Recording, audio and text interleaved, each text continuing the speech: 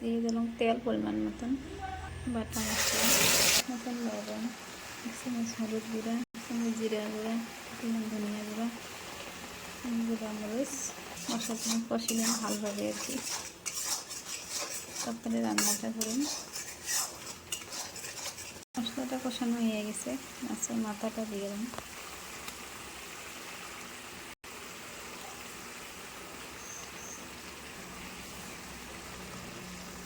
কতগুলো মাছ এরা দিলাম, দিয়ে দিলাম আর কি উপরে উপরে। গোটা রান্নার কথা ছিল, গোটা কাটিয়ে গেছি মাছের তেল। তো গাছ মাছ দেওয়া হয়ে গেলে আর কি, মহিলা মাছগুলো একটু নাড়ি দিন।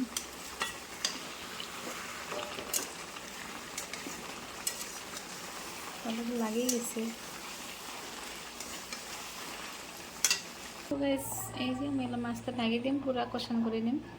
তো গাইস প্রায় মাছের তো হয়ে গেছে আর কি, ধনিয়া পাতা দিয়ে নামিয়ে নিন।